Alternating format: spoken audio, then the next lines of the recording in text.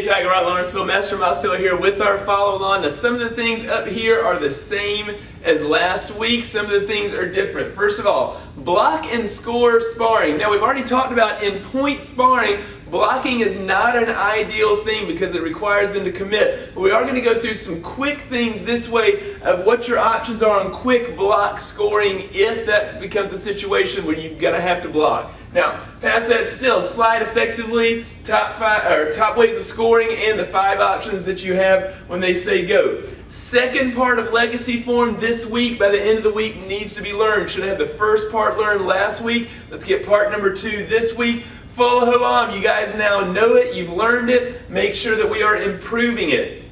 This week, one step number 2, if you're advanced, one step number 5, if you're in the basic 1 steps. Last week we did 1 and 4, we're on 2 and 5 now.